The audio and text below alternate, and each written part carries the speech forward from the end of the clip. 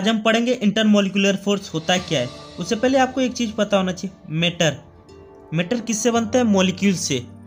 अब मैटर क्या होता है? जो ऑक्यूपाई करता है स्पेस और इसका कुछ वेट होता है। अब देखो मैटर किससे बना? मॉलिक्यूल्स से। तो बहुत सारे जब मॉलिक्यूल्स मिलते हैं तो आपका एक मैटर बनता है। अब इस सारे मॉलिक्यूल्स को जोड़ता कौन है? इन सभी मॉलिक्यूल्स को फोर्स जोड़ता है, और जब मॉलिक्यूल्स के बीच में फोर्स लगता है हम लोग उसको बोलते हैं इंटरमोलिकुलर फोर्स। अब यहाँ पर आपको एक सवाल उठना चाहिए कि जो इंटरमोलिकुलर फोर्स होता है वो सेम सब्सटेंस में लगने वाला है या डिफरेंट? तो